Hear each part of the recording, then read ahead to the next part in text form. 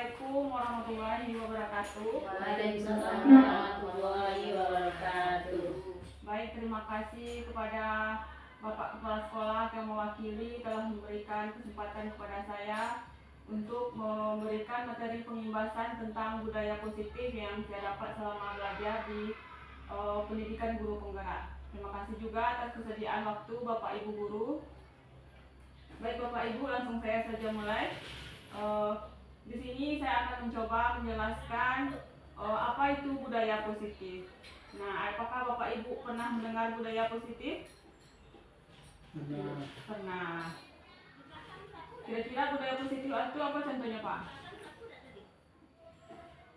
Budaya positif itu budaya kita yang bernilai positif, maksudnya itu yang ada nilai positifnya. Ya, benar sekali Pak, yang nilai positifnya nanti bisa kita terapkan kepada murid-murid kita di sekolah. Baik, saya lanjutkan ya. Nah, sekarang di sini saya akan menjelaskan juga awalnya filosofi Ki Hajar Dewantara, kemudian nilai dan peran guru penggerak, lanjut budaya positif dan visi guru penggerak. Nah, filosofi Ki Hajar Dewantara, menurut KHD, tujuan pendidikan adalah menuntun anak sesuai dengan kodrat yang terdapat dalam diri, sehingga anak mendapat kebahagiaan dan keselamatan yang setinggi-tingginya, baik anak sebagai manusia pribadi maupun sebagai anggota masyarakat, sehingga anak merasa aman dan nyaman. Agar pendidikan tersebut bersifat dinamis, bukan bersifat statis, KHD menegaskan bahwa pendidikan itu hendaknya sesuai dengan kodrat alam dan kodrat zaman, sehingga pendidikan tersebut menarik dan memiliki harmonisasi yang indah walau telah terjadi perbedaan zaman dan waktu. Lanjut, KHD juga berpendapat bahwa guru juga harus bisa, dengan arti bahwa pembelajaran yang berpusat pada murid. Agar terciptanya pembelajaran yang berpusat pada murid, maka seorang guru diibaratkan sebagai petani yang merawat dan menjaga tanamannya sehingga bernilai jual. Begitu juga seorang guru harus tahu kebutuhan, bakat, dan kemampuan muridnya sehingga terciptanya pembelajaran yang bermakna. Nah, baik Bapak Ibu, kita diibaratkan sebagai apa tadi Bapak Ibu? Sebagai seorang petani. Iya, seorang petani. Begitu juga kita sebagai guru, kita harus mengetahui dulu bakat dan minat murid kita, sehingga kita bisa menentukan arah kemana murid kita akan kita bawa. Misalnya dia sukanya membaca, ya kita latih membaca. Dia sukanya berhitung, kita fokuskan dia ke berhitung, sehingga apa yang dia cita-citakan itu bisa apa Bapak Ibu? Iya. Kita harus mengajar sesuai bakat dan minat kemampuan murid kita. Kemudian, nilai dan peran guru penggerak menurut KHD, seorang guru harus memiliki nilai dan peran seorang guru penggerak yang mampu menciptakan pembelajaran yang berpihak pada murid dan mewujudkan profil pelajar Pancasila yang memiliki keselamatan dan kebahagiaan yang setinggi-tingginya. Nah, nilai guru penggerak yang dimaksud di sini yaitu mandiri, reflektif, inovatif, kolaboratif, dan berpihak pada murid. Nah, apakah kita sudah memiliki nilai ini Bapak Ibu? Iya, rata-rata hampir sudah memiliki ya Bu ya. Seperti mandiri, sebisa mungkin kita mengerjakan tugas kita sendiri. Iya. Kalau memang kita mentok, kita pasti bertanya ya Bapak Ibu. Begitu juga saya sendiri. Apa yang kita tidak tahu, kita bertanya kepada yang lebih tahu. Nah, inovatif. Seorang guru harus inovatif. Benar nggak Bapak Ibu? Ya. Iya, kita harus bisa menciptakan pembaharuan agar sesuai dengan kodrat zaman tadi, sehingga murid kita dan kita pun tidak tertinggal. Baik, lanjut. Nah, peran guru penggerak di sini yaitu pemimpin dalam pembelajaran, kemudian mendorong kolaborasi. Yang ketiga, mewujudkan kepemimpinan murid. Keempat, coach bagi guru lain. Yang lima, menggerakkan komunitas praktisi. Nah, kita di sini sudah mempraktekannya Bapak Ibu? Ya sudah ya Bapak Ibu, seperti kita kemarin mengerjakan PMM itu juga ya seperti itu namanya juga berkolaborasi kan Bapak Ibu. Nah yang sudah mengerti membantu yang belum mengerti sehingga kita sama-sama tahu dan untuk kedepannya bisa mandiri ya Bapak Ibu. Ya bekerja sama, berkolaborasi. Itu juga salah satu kegiatan di komunitas sekolah kita.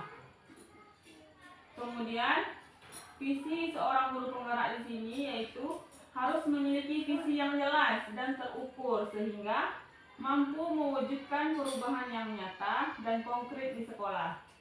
Visi merupakan suatu gambaran masa depan yang belum terjadi sehingga seorang guru penggerak merumuskan visi yang jelas dan konkret dengan pendekatan inquiry apresiatif dan melalui tahapan bagja yaitu membuat pertanyaan, ambil pelajaran, gali mimpi, jabarkan rencana, dan atur eksekusi.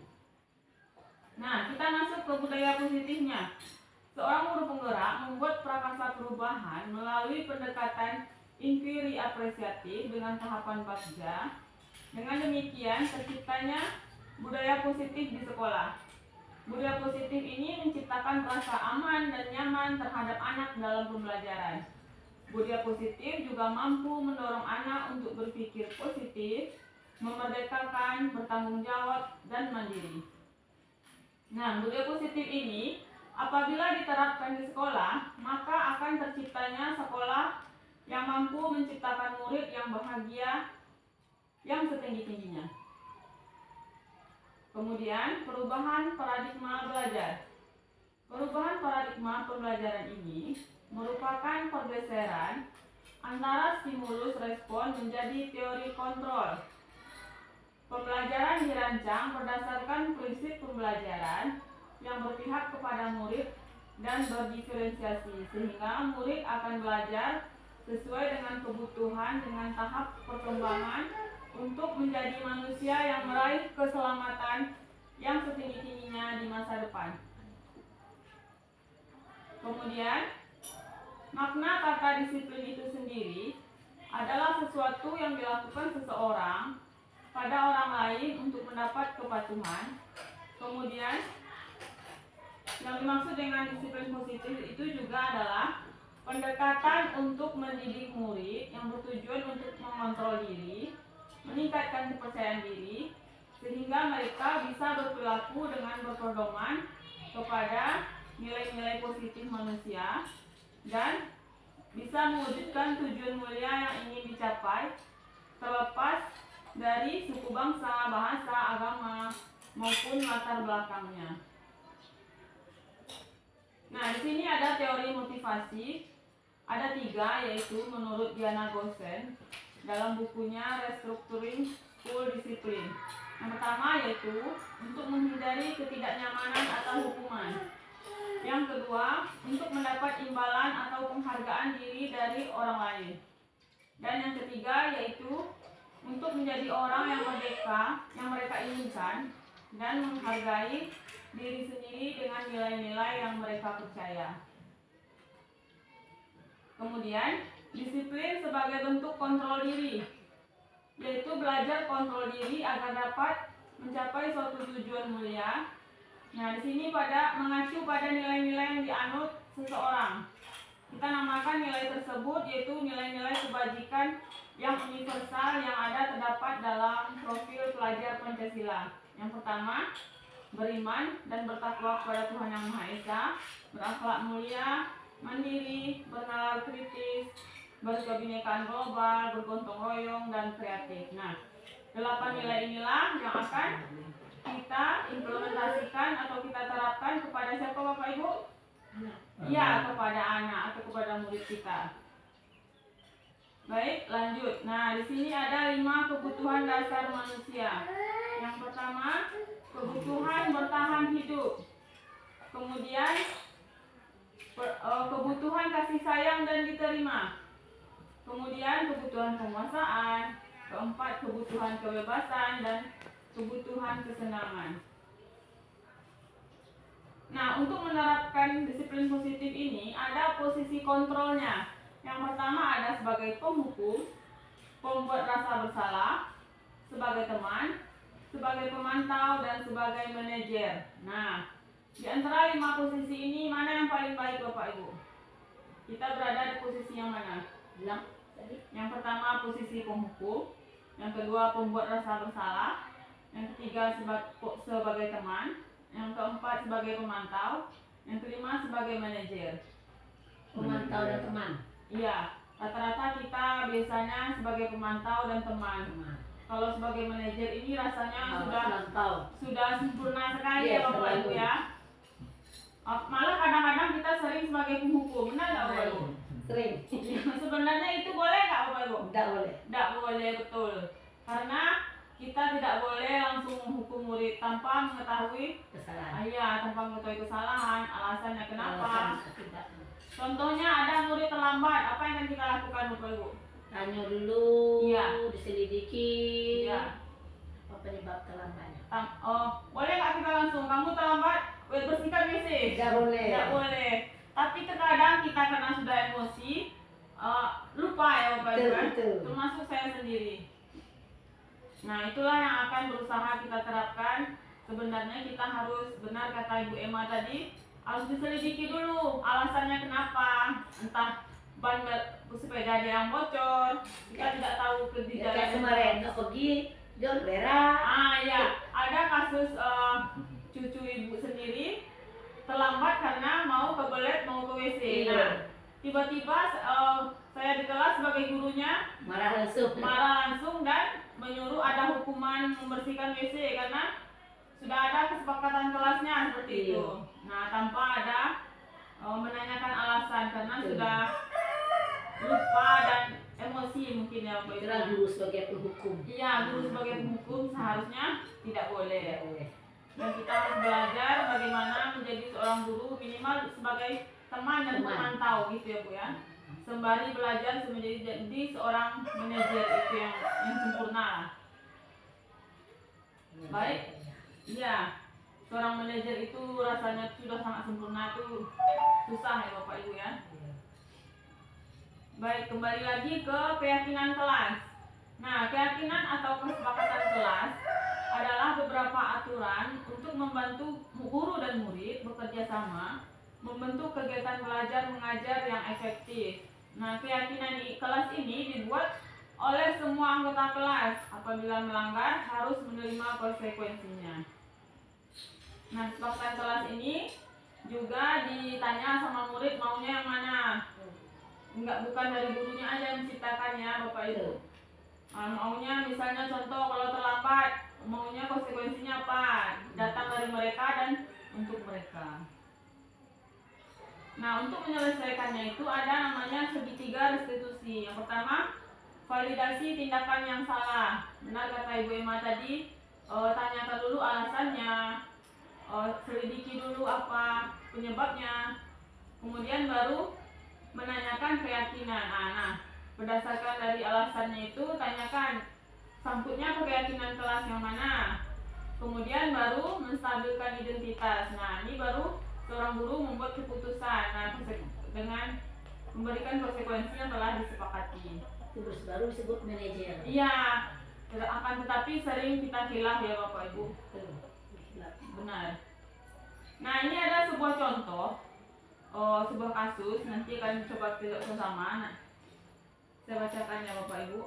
Nah, Ibu Dani sedang menjelaskan pelajaran bahasa Inggris di papan tulis. Namun beliau memperhatikan bahwa Fajar malah tidur-tiduran dan tampak acuh tak acuh pada pembelajarannya. Fajar coba jawab pertanyaan nomor 3, kata Ibu Dani. Maju ke depan dan kerjakan di papan tulis. Namun Fajar pun tampak malas-malasan maju ke depan. Dan sesampainya di depan, Fajar hanya diam terpaku sambil memegang buku bahasa Inggrisnya dan memainkan spidol di tangannya. Ayo Fajar, makanya jangan tidur-tiduran. Lain kali perhatikan. Sudah sana, duduk kembali. Kira-kira siapa yang bisa? Fajar pun kembali duduk di bangkunya. Hal seperti ini sudah sering terjadi pada Fajar, seperti tidak memperhatikan, acuh tak acuh, dan nilai-nilai pelajarannya pun tidak terlalu baik untuk pelajaran bahasa Inggris. Pada saat ditegur oleh Ibu Dani, Fajar hanya menjawab, "Tidak tahu, Bu." Ibu Dani pun menjawab lirih, "Gimana kamu, Fajar? Kamu tidak kasihan sama ibu ya? Ibu sudah capek-capek mengajarkan kamu. Tidak kasihan sama ibu." Dan Fajar pun diam membisu. Nah, pertanyaannya Bapak Ibu, posisi kontrol apa yang diambil oleh Ibu Dani dalam pendekatan kepada Fajar? Kira-kira posisi kontrol yang nomor berapa tadi Bapak Ibu? Inquiry ya. Ada pendekatan diri. Iya, yang itu tadi Bu, yang penghukum, apakah penghukum atau membuat teman, masalah sebagai teman. sebagai teman. Ya, sebagai teman. Berarti si Ibu Dani tadi bilang bercakapnya seperti teman dengan si Iya. Fajar ya Bapak Ibu ya. Iya. Kemudian membaca sikap Fajar, kira-kira kebutuhan apa yang diperlukan oleh Fajar? Kasih sayang. Iya benar sekali. Dia butuh pendekatan kasih sayang, ditanyakan dulu kenapa dia malas ya Bu ya. Nggak ada minat. Dia kenapa nggak minat belajar, tidur-tiduran. Itu kan cuma bahasa Inggris beda. Iya Bu. Karena dia nggak ngerti. Apa dia nggak ngerti sama sekali. Iya, dia apa tuh? Mana tahu dia pergi pelajaran matematika, Iya, bagus. pintar, bagus. Karena dia mungkin tidak suka. Iya, kan, nggak nah, suka itu. dengan bahasa Inggrisnya. Iya betul. Jadi itu harus diselidiki dulu. Kemudian bila mana Ibu Dani mengambil posisi pemantau, apa yang akan dilakukan oleh Ibu Dani? Nah, kalau pemantau berarti dia Harus selidiki ke rumah. Iya. Nah, tuh. latar belakangnya Latar kayak belakangnya. seperti apa. Iya. Mulai dari latar belakang keluarga. Iya. Kira-kira kalau kehidupan ekonomi berpengaruh juga nggak Bapak Ibu? Pengaruh. Iya berpengaruh. Mungkin karena dia melihat temannya jajannya banyak, semangat Betul. sekolah, ya nggak Bu? Kayak tadi be anak kelima yang cucu tadi kan tak sekolah. Iya. Celana lu sempit. Iya. Apa upaya pakai baju lain malu katanya. Atau pas sekolah Berpengaruh. buat baru pula. Karena celana sempit, nggak Iya. nyaman, Iya. buat malas sekolah. Padahal itu hal sepele ya Bapak Ibu ya. Iya.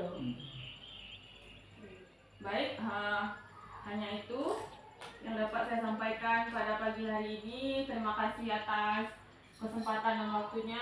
Terlebih dan terkurang saya mohon maaf. Saya akhiri. Billahi taufiq wal hidayah. Wassalamualaikum warahmatullahi wabarakatuh. Waalaikumsalam warahmatullahi wabarakatuh.